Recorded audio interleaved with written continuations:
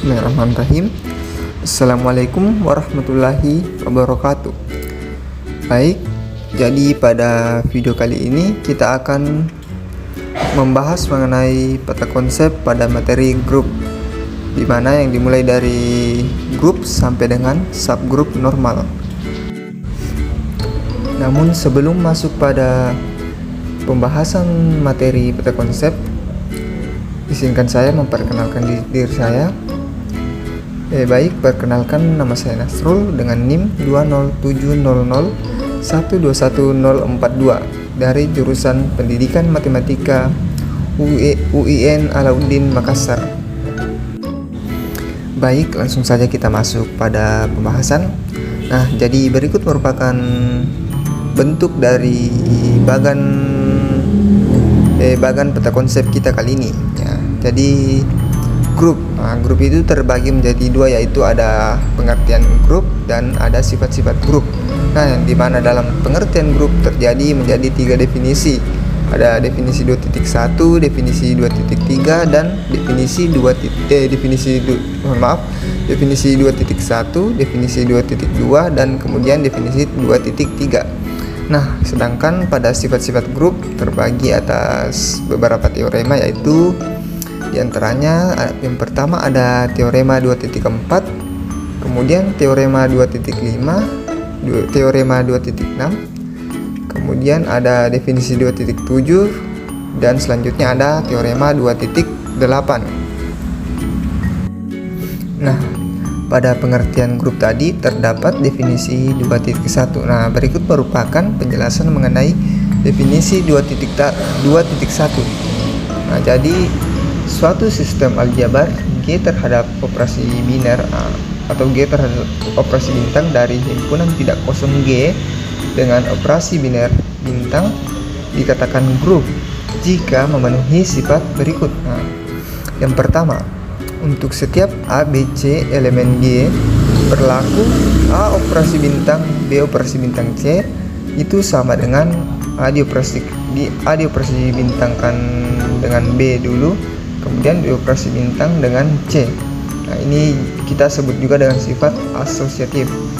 Nah, yang kedua, terdapat E elemen G, sehingga untuk setiap A elemen G berlaku A operasi bintang E sama dengan E operasi bintang A sama dengan A.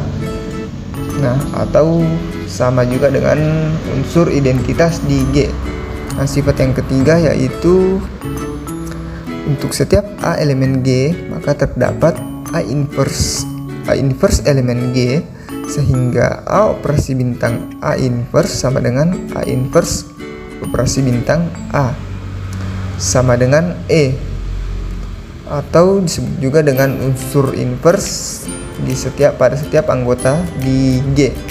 Nah, dari definisi tersebut dapat dikatakan bahwa suatu himpunan tidak kosong G dengan operasi biner bintang ditulis G terhadap operasi biner merupakan grup jika memenuhi sifat tertutup, sifat asosiatif, kemudian mempunyai unsur identitas di G, dan setiap anggota di G memiliki inverse juga di G. Nah, selanjutnya jika G terhadap operasi biner merupakan grup dan memenuhi sifat komutatif, yaitu A bintang B sama dengan B bintang A untuk setiap A dan B itu elemen G, maka G disebut grup komutatif.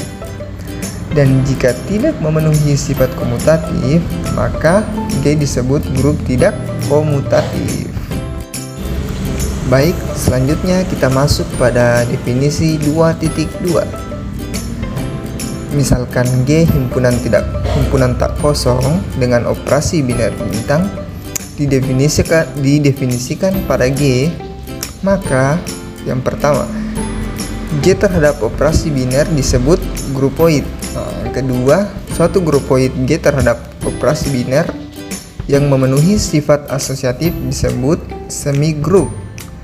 Kemudian yang ketiga, suatu semigrup G terhadap operasi biner yang mempunyai unsur identitas disebut monoid. Definisi tersebut dapat digunakan untuk mendefinisikan grup yaitu jika G terhadap operasi bintang suatu monoid dan setiap anggota G mempunyai inverse di G, maka G terhadap operasi bintang merupakan grup. Selanjutnya, definisi 2.3. Misalkan G terhadap operasi bintang adalah grup, maka berlaku yang pertama, jika banyaknya anggota G terhingga, maka G terhadap operasi bintang disebut grup terhingga. Yang kedua, jika banyaknya anggota G terhadap jika banyaknya anggota G tak terhingga atau infinite, maka G terhadap operasi bintang disebut grup tak terhingga. Nah, jadi sekian mengenai pengertian dari grup yang terdiri dari definisi 2.1, definisi 2.2, dan definisi 2.3.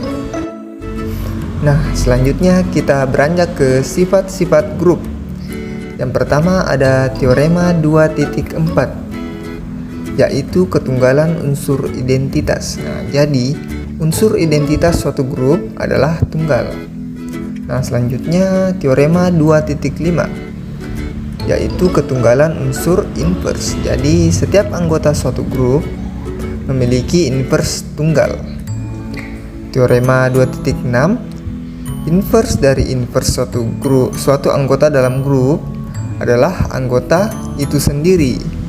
Nah, untuk definisi 2.7, suatu grupoid G dan X dan Y elemen G dikatakan memenuhi hukum pencoretan kiri jika AX sama dengan AY mengakibatkan X sama dengan Y, dan dikatakan memenuhi hukum pencoretan kanan jika AX sama dengan YA sehingga mengakibatkan X sama dengan Y. Untuk teorema 2.8, setiap grup memenuhi hukum pencoretan. Nah, selanjutnya untuk bagan peta konsep grup siklik. Nah, jadi terbagi atas, yang pertama ada pangkat dan tingkat dari anggota suatu grup. Kemudian yang kedua ada grup siklik. Jadi pangkat dan tingkat dari anggota suatu grup terbagi menjadi definisi 3.1, definisi pangkat. Kemudian ada definisi 3.4, yaitu order dari anggota grup. Kemudian ada definisi 3.5. Kita masuk pada definisi 3.1 atau disebut juga dengan definisi pangkat. Jadi, misalkan G grup dan A elemen dari G, maka didefinisikan A pangkat 1 itu sama dengan A pangkat N tambah 1 sama dengan A pangkat N dikali dengan A, untuk N merupakan elemen dari bilangan asli N. Nah, selanjutnya definisi 3.4 atau order dari anggota grup. Misalkan G grup, A elemen dari G, dan E unsur identitas di G, jika P sama dengan himpunan N di mana himpunan N elemen dari bilangan asli, di mana A pangkat N sama dengan identitas, tidak sama dengan tak kosong, sama dengan tak nol atau tak kosong, maka tingkat atau order dari A adalah minimum N elemen N, di mana A pangkat N sama dengan identitas. Selanjutnya definisi 3.5. Suatu grup G disebut yang pertama periodik berkala atau torsion grup jika untuk setiap A elemen G T dioperasikan dengan A tidak sama dengan tak hingga. A periodik atau tarsison free group jika untuk setiap A elemen G A tidak sama dengan identitas, TA sama dengan tak hingga.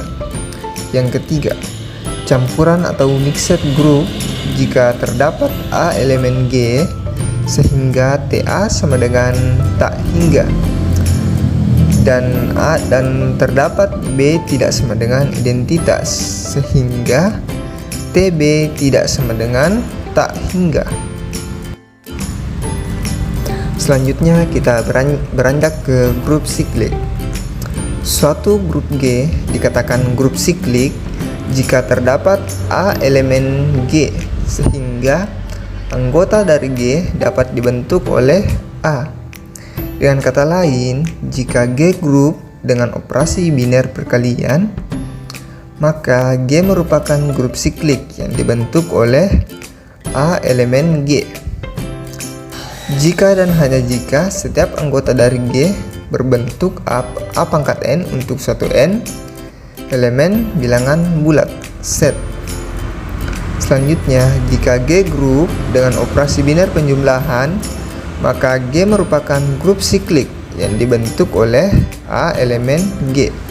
Jika dan hanya jika setiap anggota G berbentuk NA untuk suatu N elemen bilangan bulat set. Dalam hal A elemen G yang membentuk grup siklik G, A biasa disebut sebagai generator dari G dan ditulis G sama dengan generator A, dan A juga bisa disebut dengan monogenik karena suatu anggota sebagai generator dari grup siklik. Nah, selanjutnya kita masuk pada bagan peta konsep grup permutasi. Nah, terdiri dari permutasi, yang kedua ada grup permutasi, kemudian ada orbit permutasi, dan terdapat juga permutasi siklik. Nah, pertama kita masuk pada permutasi. Jadi, suatu fungsi satu-satu onto dari himpunan terhingga kehimpunan itu sendiri disebut permutasi. Yang kedua, grup permutasi. Misalkan S, anggota A1, A2, dan seterusnya sampai AN, himpunan terhingga yang mempunyai N anggota berbeda, maka permutasi berbeda yang didefinisikan pada S sebanyak N faktorial. Misalkan PN sama dengan himpunan simetri dari permutasi berderajat N, maka PN mempunyai N faktorial anggota berbeda. Jadi PN sama dengan S menuju S adalah F atau 11 dan onto. Yang ketiga, orbit permutasi. Jadi misalkan F permutasi pada himpunan S, dan kita definisikan relasi pada S, yaitu untuk setiap AB elemen S, A relasi B, jika dan hanya jika F pangkat NA sama dengan B untuk N elemen Z. Fn menyatakan banyaknya permutasi yang berbeda di S.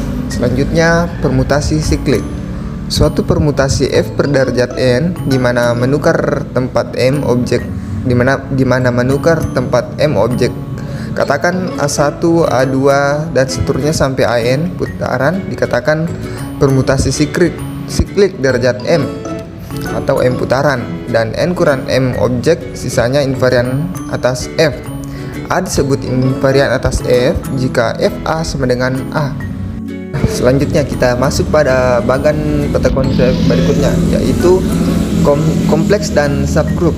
Nah, di mana terbagi atas. Yang pertama ada pengertian kompleks dan subgroup yang terdiri atas definisi 4.1, teorema 4.2, definisi 4.3, definisi 4.4, dan teorema 4.5. Dan ada subgroup yang dibentuk kompleks, di mana terdiri atas teorema 4.6, teorema 4.7, teorema 4.8, dan definisi 4.10. Dan yang terakhir ada subgroup dari grup siklik yang terdiri atas teorema 4.12. Baik, pertama kita masuk pada pengertian kompleks dan subgroup. Jadi, misalkan G adalah grup dan H subset sebarang di G, maka H disebut kompleks di G. Jika G bukan grup, maka H bukan kompleks dari G. Selanjutnya, definisi 4.1. Suatu kompleks tidak kosong H dari grup G dinamakan subgrup dari G jika H merupakan grup terhadap operasi yang sama di dalam G. Selanjutnya teorema 4.2.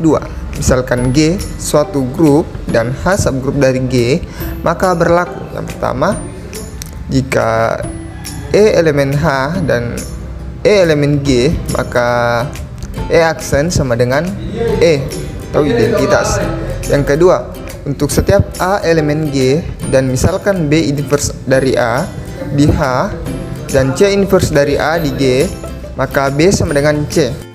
Yang ketiga, untuk setiap A elemen H dengan O dioperasikan dengan A sama dengan M di H dan O dioperasikan dengan A sama dengan N di G, maka M sama dengan N. Selanjutnya definisi 4.3. Misalkan H dan K dua kompleks sebarang yang tidak kosong dari grup G, maka perkalian H dan K dinyatakan sebagai H dioperasikan dengan K atau HK yang didefinisikan oleh HK sama dengan anggota himpunan dari HK di mana H elemen E dan K elemen dari K. Definisi 4.4. Misalkan H subgrup dari grup G, maka inverse dari H ditulis H inverse didefinisikan oleh H inverse sama dengan anggota dari H inverse di mana H elemen dari H di mana H inverse adalah inverse dari H di H. Nah, selanjutnya teorema 4.5. Jika H dan K suatu kompleks dari grup G, maka H dioperasikan dengan K inverse dari H dioperasikan dengan K sama dengan K inverse dikali dengan H inverse.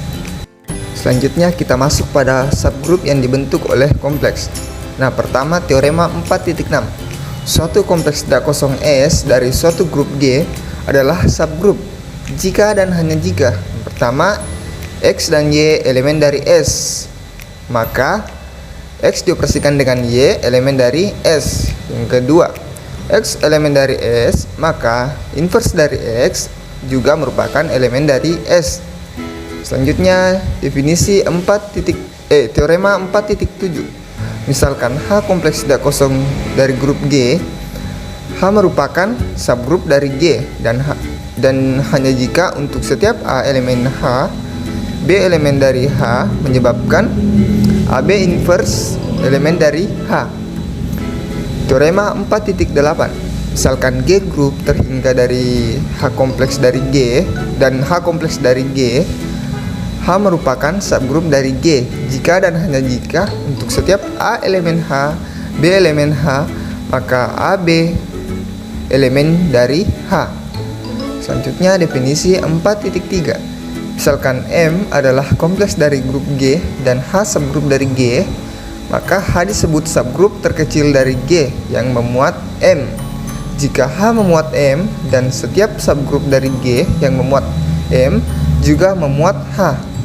Subgrup terkecil dari G yang memuat M juga dikatakan subgrup yang dibangkitkan oleh M. Tulis himpunan M. Selanjutnya kita masuk pada subgrup dari grup siklik. Terdapat teorema 4.12, yaitu setiap subgrup dari grup siklik juga siklik. Selanjutnya kita masuk pada bagan pada konsep koset dan subgrup normal. Nah, yang pertama terdapat koset, ya, di mana koset itu dalam koset terdiri atas teorema 5.1, teorema 5.2 dan definisi 5.4. Kemudian yang kedua ada disebut dengan teorema Lagrange. Kemudian 3 terdapat subgrup normal. Nah, di mana terdiri atas definisi 5.10, definisi 5.11, definisi 5.12, teorema 5.13, akibat 5.14 dan teorema 5.15. Kita masuk pada koset. Jadi misalkan G satu grup dan H subgrup dari G, jika A elemen G sebarang, maka kompleks dari G yang dinyatakan oleh H dioperasikan dengan A dan A dioperasikan dengan H yang didefinisikan sebagai berikut. HA sama dengan anggota himpunan dari HA di mana H elemen dari H, dan AH sama dengan anggota himpunan AH di mana H elemen dari H. Berturut-turut disebut koset kanan dan koset kiri dari H di G yang dibangkitkan oleh A. Nah, berkaitan dengan pengertian di atas dapat ditemukan bahwa Jika G terhadap operasi bintang merupakan grup dan H subgrup dari G, misalkan A elemen G sebarang, maka koset kanan H ditulis H operasi bintang A sama dengan anggota himpunan dari H operasi bintang A, di mana H elemen dari H. Dan koset kiri H ditulis A operasi bintang H. Itu sama dengan anggota himpunan A operasi bintang H, di mana H elemen dari H. Selanjutnya teorema 5.1. Jika H anggota sebarang dari H dan H merupakan subgrup dari grup G, maka H dioperasikan dengan H sama dengan H dan H dioperasikan dengan H sama dengan H. Ya, seperti itu tampilannya. Dan selanjutnya teorema 5.2. Misalkan H subgrup sebarang dari grup G dan A dan B anggota sebarang dari G, maka yang pertama HA sama dengan HB jika dan hanya jika AB inverse elemen dari H. Yang kedua, AH sama dengan BH jika dan hanya jika B inverse dioperasikan dengan A elemen dari H. Selanjutnya definisi 5.4. Misalkan G grup dan H subgrup dari G, maka untuk sebarang A dan B elemen dari G dikatakan A kongruen B modulo H. Ditulis A sama dengan B modulo H. Didefinisikan A kongruen B modulo H jika dan hanya jika AB inverse elemen dari H.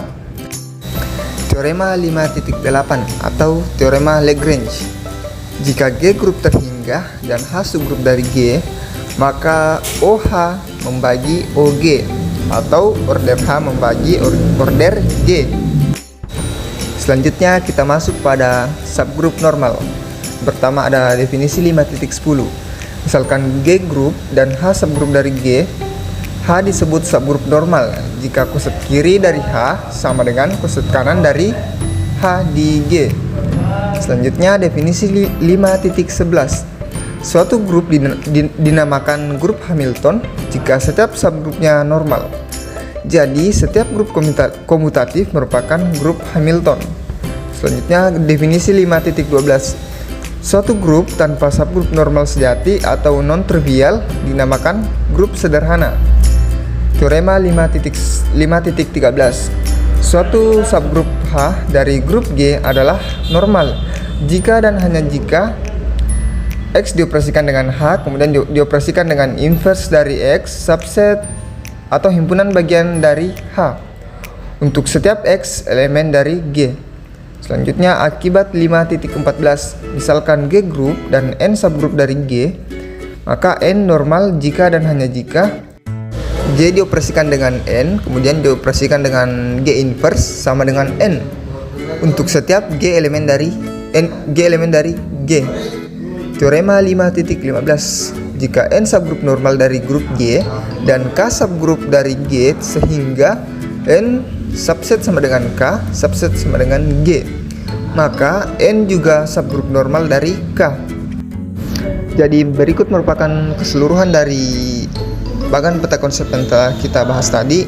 Jadi teori grup terdiri atas yang pertama ada grup, di mana di dalamnya terdapat sifat-sifat grup dan pengertian grup. Kemudian ada grup siklik, di dalamnya terdapat grup siklik. Kemudian terdapat pangkat dan tingkat dari anggota suatu grup. Kemudian grup permutasi yang di dalamnya terdapat permutasi, grup permutasi, orbit permutasi, dan permutasi siklik. Kemudian kompleks dan subgrup yang di dalamnya terdapat pengertian kompleks dan subgrup.